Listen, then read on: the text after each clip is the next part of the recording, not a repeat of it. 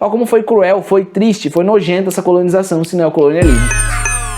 Você é louco, filho, não pode, só por Deus. Salve família, boa pra nós, professor Pereira aqui na voz, professor de Geografia e História formado pela Unesp, certo? E hoje a gente vai montar um mapa mental sinistro aqui, um pouco triste essa aula de hoje, mas é uma aula muito pesada e muito importante de ser estudada, que é o neocolonialismo, que nada mais é que o colonialismo da África e da Ásia no século XIX, certo? Então vamos começar a aula de hoje como? Sem muito buchicho, certo? Vamos começar falando dos objetivos dessa colonização, desse neocolonialismo. O grande motivo, o motivo principal dessa colonização foi sustentar o capitalismo e as revoluções industriais que estavam acontecendo ali na Europa, certo? O capitalismo estava se consolidando como sistema econômico hegemônico e se espalhando para o restante do mundo. E as revoluções industriais, a segunda revolução industrial, estava a pleno vapor ali, metendo marcha. E eles precisavam cada vez mais de matéria-prima, cada vez mais de petróleo, de carvão, de ferro, de manganês, matérias-primas para sustentar essa revolução industrial e sustentar essa economia capitalista. Então os países europeus vão incentivar essa colonização, essa invasão aos territórios da África e da Ásia, certo? Lembrando que se você não conhece, não sabe o que é Revolução Industrial, tem aula no canal, peguem essas visões aí depois, beleza? E além da busca por matérias-primas, também vinculado a essa busca por sustentar o capitalismo e a Revolução Industrial, tinha também o desejo de buscar novos mercados consumidores, ou seja, eles queriam vender porcaria, queriam vender produtos industrializados para outros povos, queriam ter mais mercado consumidor, mais pessoas para consumir o que eles produziam nessas indústrias, certo? Então vamos empurrar para quem? Se a gente colonizar, a gente consegue vender para o povo que mora lá, para os nativos que moram lá. Então, de modo geral, o objetivo é sustentar o capitalismo e as revoluções industriais, beleza? Bom, vamos lá. Qual foram as justificativas para a colonização? Lembrando que a gente já está no século XIX, família. Já tinha acontecido a colonização da América, os países da América já estavam independentes, a escravidão já tinha acabado, já não pegava mais bem internacionalmente, você simplesmente invadia os caras e colocar os caras para trabalhar ali para você. Então eles tinham que ter justificativas muito bem elaboradas. E eles vão elaborar, inclusive, pseudociências, ou seja, ciências falsas, família. Então eles criaram, sob um pretexto de ser uma teoria científica, ideias completamente tortas, completamente nojentas aí, como a gente vai ver, beleza? A primeira delas é o determinismo geográfico. A partir de uma teoria ali aparentemente geográfica, eles vão dizer que os seres humanos, eles eram determinados pelo ambiente em que eles viviam, certo?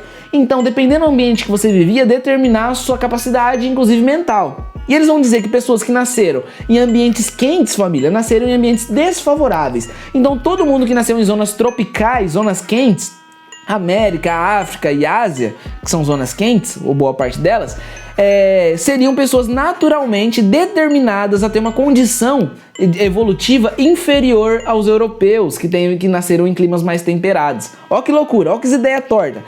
Certo? Ideia tortíssima. Ah, mas e o Império Azteca, o Império de Mali, todos os outros impérios aí do calor? Ah, esquece, deixa esses caras de lado. Vamos falar que todo mundo que nasceu no calor é preguiçoso por natureza, é mal evoluído. E aí, a partir dessa teoria essa teoria pseudocientífica, essa teoria falsa, eles achavam um pretexto para colonizar, para invadir. Outra teoria também pseudocientífica que foi utilizada foi o darwinismo social, família. Eles pegaram a teoria do Darwin, que até aí beleza, o darwinismo é uma teoria científica, porém uma teoria científica das ciências da natureza. E eles distorceram completamente essa teoria do Darwin para aplicar nas ciências humanas e sociais, certo? E aí não tinha como dar certo. Acabou se tornando uma ciência falsa também, uma pseudociência.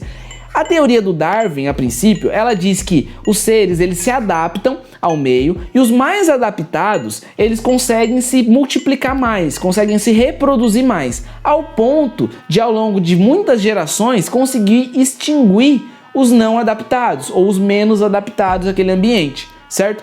E isso na teoria da ciência da natureza, se aplica a plantas e animais. E aí os caras começaram a aplicar isso na sociedade. Eles começaram a dizer, distorcendo completamente. Darwin devia estar se retorcendo ali no túmulo quando os caras começaram a falar isso. Eles vão dizer que quem era pobre, as pessoas que eram mais pobres eram porque elas não evoluíram o suficiente, elas eram mal evoluídas. E por isso, seria natural que os mais evoluídos e, portanto, mais ricos dominassem sobre elas, inclusive ao longo de gerações, acabassem extinguindo essas outras pessoas. Ó que absurdo, ó que loucura, certo?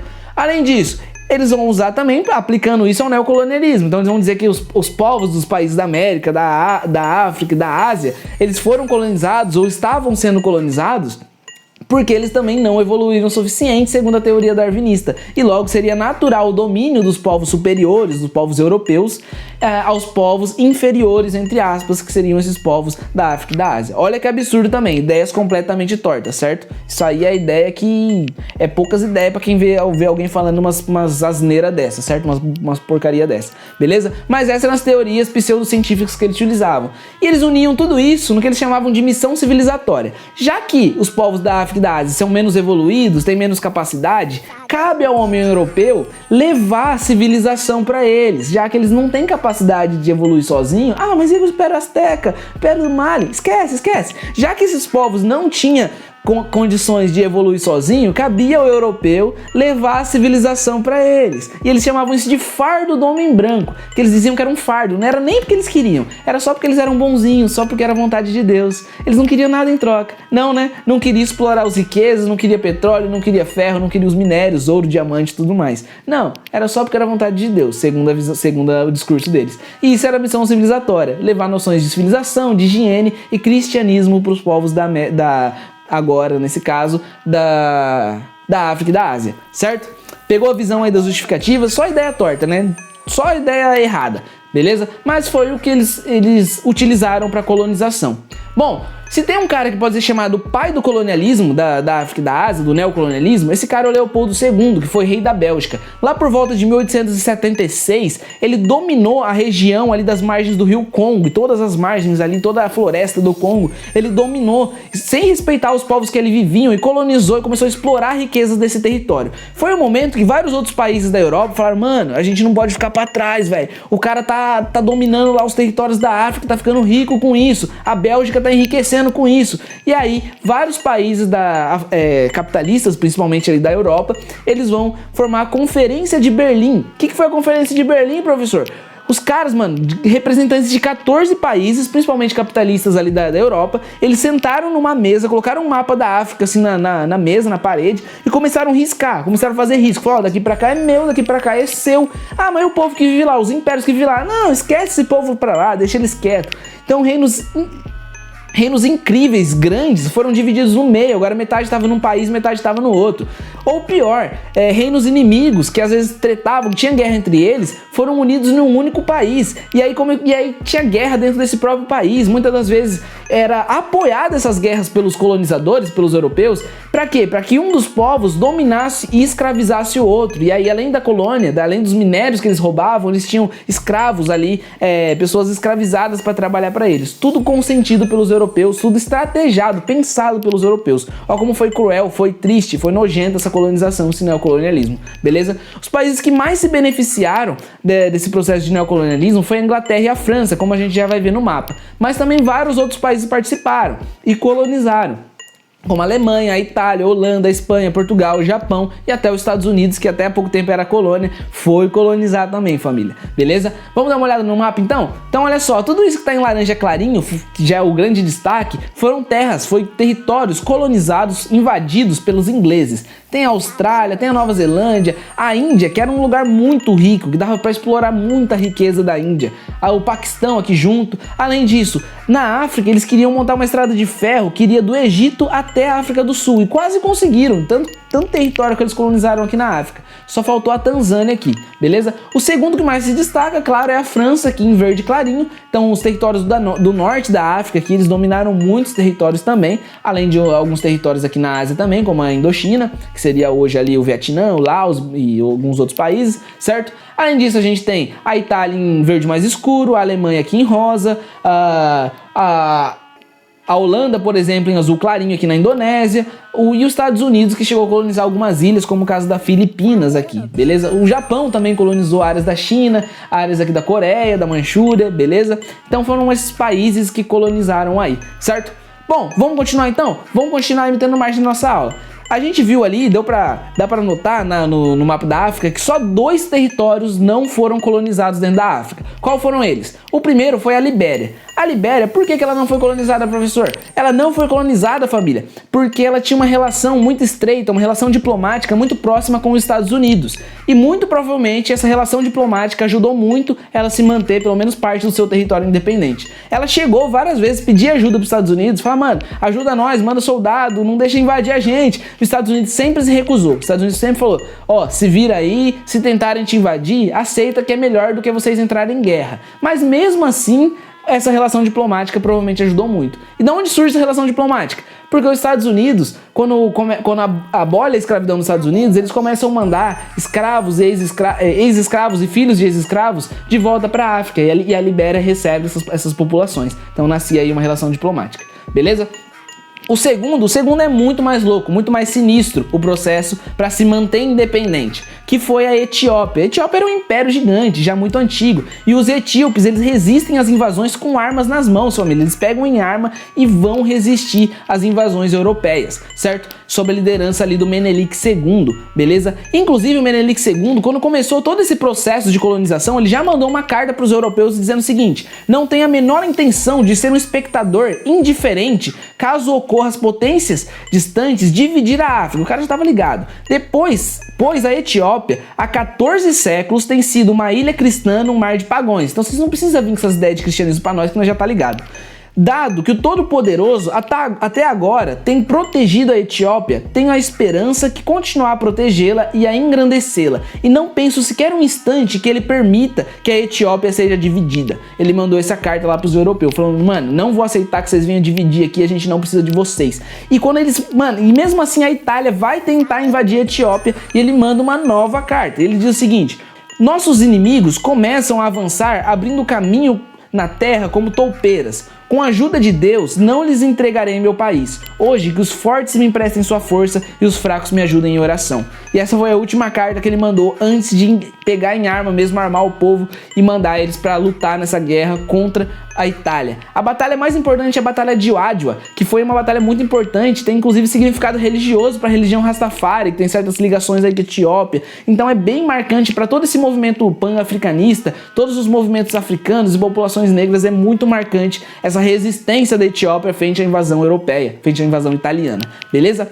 Não foi só esses países que resistiram, todos os países resistiram. A gente tem o caso, por exemplo, de Mossi, que era uma região ali perto de onde é Burkina Faso hoje. E o Vogobo, líder ali de Mossi, ele diz o seguinte: sei que os brancos querem me matar para tomar meu país, e ainda assim você insiste que eles me ajudarão a organizá-lo?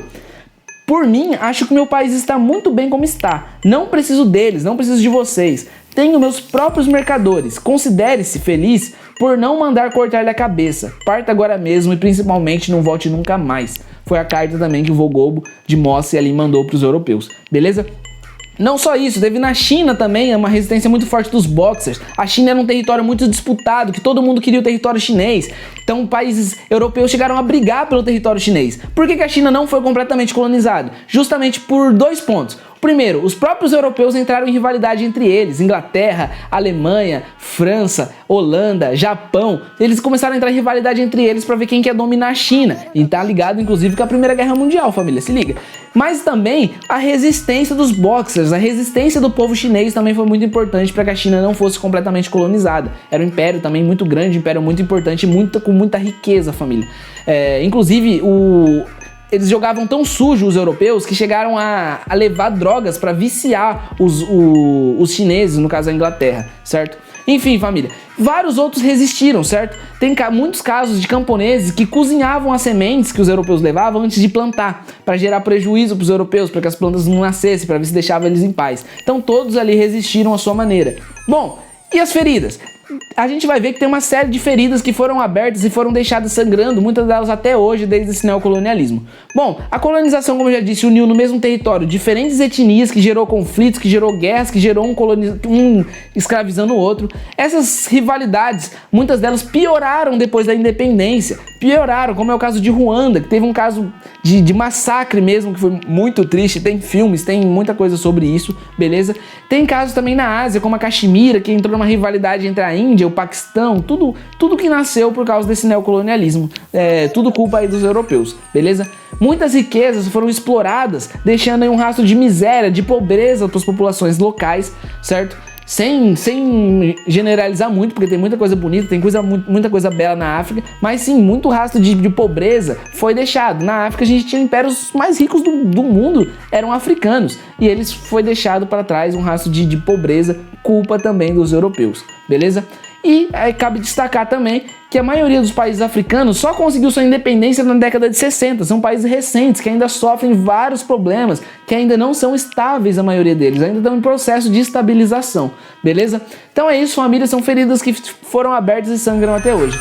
Bom, se você gostou desse vídeo, se esse vídeo fortaleceu sua caminhada, fortalece meu corre aí também, certo? Curte esse vídeo, se inscreve no canal, ativa o sino, deixa as dúvidas, comentários, opiniões, tudo aí embaixo nos comentários, beleza? Além disso, dá uma olhadinha na descrição sempre. Se você gostou mesmo, faz um pix de R$1 para ajudando nós, família, certo? E é isso, aquele abraço, fica com Deus e progresso pra nós, certo?